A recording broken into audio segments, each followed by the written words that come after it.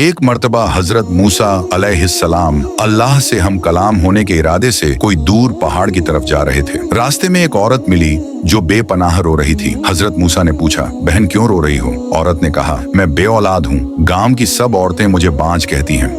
आप अल्लाह से पूछकर बताइए, क्या मेरी तकदीर में कोई औलाद नहीं है? हजरत मूसा तूर पहाड़ पर गए और अल्लाह से अर्ज किया, ए मेरे रब, एक औरत है जो बे औलाद है, बहुत परेशान है, क्या उसके नसीब में कोई औलाद नहीं है? अल्लाह ने निदा दी, नहीं मूसा, इस औरत के नसीब में कोई औलाद नहीं है। हजरत मूसा ने जाकर सच सच उस औरत को बता दिया। यह सुनकर वह औरत और भी ज्यादा रोने लगी, मगर अल्लाह से उम्मीद नहीं छोड़ी। एक दिन एक फकीर आया, भूखा था, जिस्म कमजोर था। फकीर ने सदा लगाई, मैं भूखा हूँ, कुछ खाने को दे दो। औरत ने अपने हाथों से 4 रोटियां उस फकीर को दी। फकीर बहुत खुश हुआ। फकीर ने मुस्कुराकर बोला, जितनी रोटियां दी हैं उतने बेटे अल्लाह तुम्हें देगा। कुछ अरसे बाद वाकई उसके घर में 4 बेटे पैदा हुए। हजरत मूसा का इसी बस्ती से गुजर हुआ तो देखा वही औरत जिसे अल्लाह ने बेऔलाद बताया था अब माँ बन चुकी थी। वही औरत कहने लगी, ए मूसा, आपने तो कहा था कि मेरे नसीब में कोई औलाद नहीं, देखिए अल्लाह ने मुझे 4 बेटे दे दिए। हजरत मूसा हैरत में पड़ गए। फिर अल्लाह से पूछा, या अल्लाह,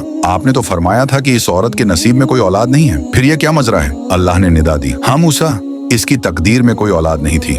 फिर अल्लाह ने हजरत मूसा को एक छुरी और प्लेट दी और फरमाया, मूसा, इस प्लेट में किसी इंसान का गोश्त ले आओ, फिर मैं तुम्हारे सवाल का जवाब दूंगा। मूसा ने बस्ती के सब लोगों से कहा, लेकिन कोई भी अपना गोश्त देने को तैयार नहीं हुआ। तभी वही फकीर सामने आया। उसने पूछा, ए मूसा, क्यों परेशान हो? हजरत मूसा ने उस फकीर से कहा, अल्लाह ने इंसान का गोश्त मांगा है। फकीर ने कहा, किस जगह का? मूसा ने कहा, ये तो मालूम नहीं। फकीर ने बिना सोचे समझे छुरी उठाई और अपने जिस्म का गोश्त काटकर उस प्लेट को भर दिया। हजरत मूसा वह प्लेट लेकर तूर पहाड़ पर गए तो अल्लाह की तरफ से निदा आई, ए मूसा, तुम भी तो इंसान हो, तुम्हें बस्ती में जाने की क्या जरूरत थी? ये उस फकीर की ही दुआ थी जो मैंने उस औरत की तकदीर बदल दी। जब कोई मेरी राह में अपना सब कुछ लुटा देता है तो मैं भी अपना लिखा हुआ फैसला उसकी दुआ पर बदल देता हूँ। सुभान अल्लाह। ये किस्सा कुरान या सही हदीस से साबित नहीं, ये एक रिवायती कहानी है। अगर आपको ऐसी ही कहानी सुननी है तो चैनल को सब्सक्राइब करें और कमेंट में सुभान अल्लाह जरूर लिखें।